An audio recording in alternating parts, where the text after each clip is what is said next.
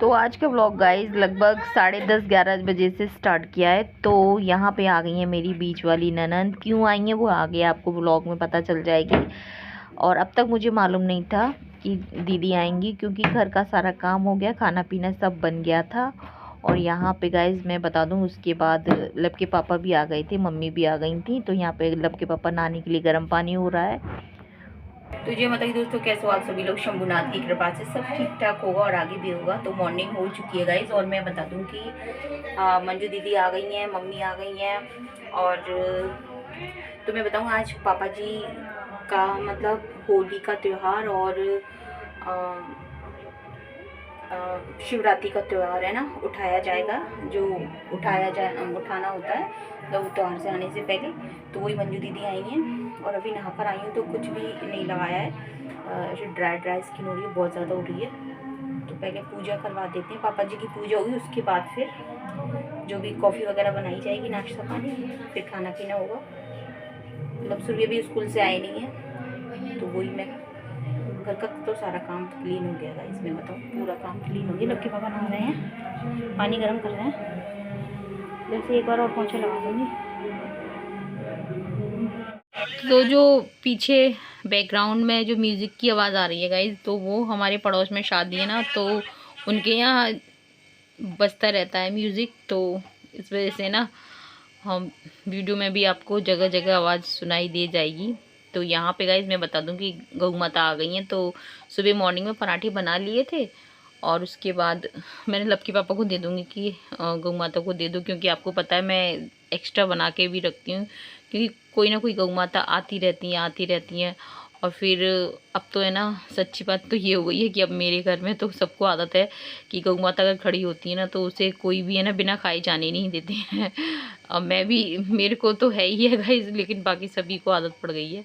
तो गौ माता दिखती हैं तो सभी कहते हैं, क्योंकि ये रेड वाला जो रखा है ना बाउल, इसमें मैं भूसी वगैरह और तो यहाँ पे गाइस मैं बता दूँ कि यहाँ पे पूजा हो रही है पापा जी की। तो यहाँ पे मेरी जेठानी जी हैं और मेरी चाची हैं और सासू माँ हैं, मंजू दीदी हैं, सभी लोग हैं। तो यहाँ पे सभी लोग पूजा कर देंगे।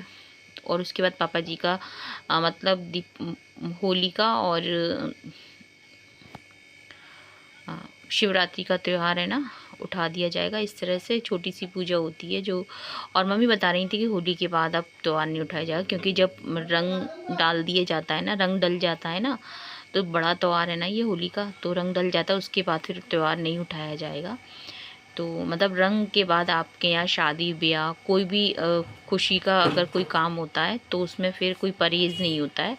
लेकिन मम्मी बहुत बताती है कि जब तक है ना रंग नहीं डलता, तब तक है ना कोई भी काम है ना नहीं किया जाता है घर में। तो रंग डल जाता है, उसके बाद ही किया जाता है। तो यहाँ पे मम्मी भी पूजेंगी। और इस समय गाइस थोड़े इमोशनल भी हो जाते हैं हम सभी लोग फैमिली के, क्योंकि है ना। तो गाइज़ मैं बताऊं कि पापा जी को सभी लोग बहुत मिस करते हैं। लब के पापा, लब मतलब फैमिली में सभी लोग मिस करते हैं। कभी ये नहीं सोचा था कि पापा जी इस तरह से हमारे बीच से चले जाएंगे, कभी सोचा ही नहीं था।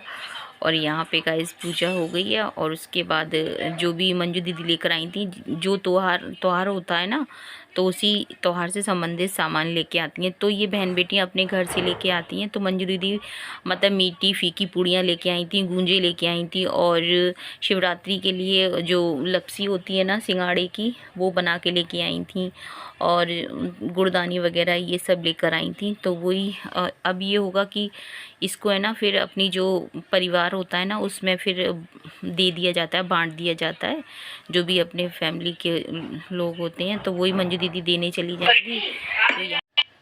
तो यहाँ पे गाइस बस यही है कि अपनी फैमिली के लोगों को ही दिया जाएगा जो भी सामान होगा।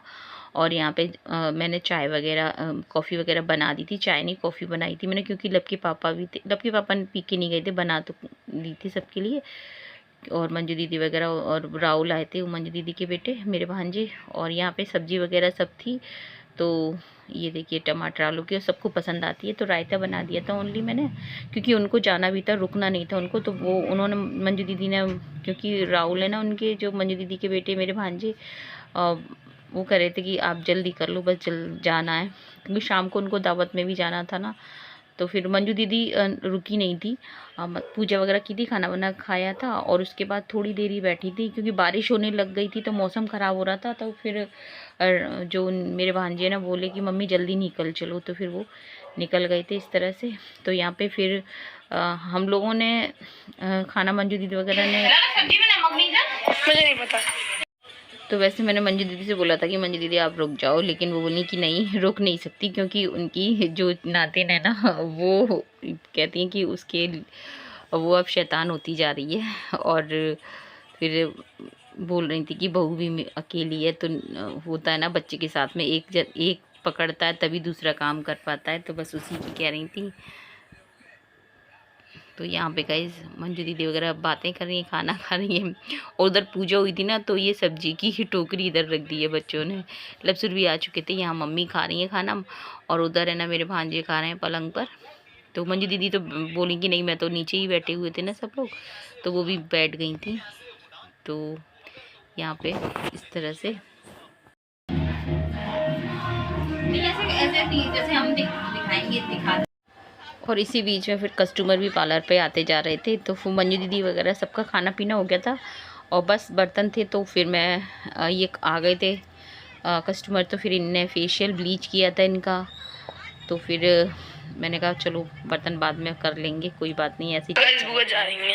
तो यहाँ पे फिर गाइस मंजू दीदी और राहुल चले गए थे और फिर थोड़ी देर मैंने अपना काम रोक दिया था। फिर उनके जाने के बाद फिर स्टार्ट किया था और बारिश शुरू हो गई थी। तो गाइस गौ माता खड़ी हुई है और कितना टाइम हो रहा है लाला, मैं आपको दिखाती हूँ। गौ माता खड़ी हुई है और उसको पता है कि ये अभी जग रहे हैं क्योंकि सामने से हम दिखते रहते हैं, दरवाजा खुला रहता है ना। तो देखिए वो खड़ी हुई है, मैं आपको दिखाती हूँ। मैंने ये ले ली है, पूड़ी भी है रोटी भी है, ये देखिए ये खड़ी हुई है।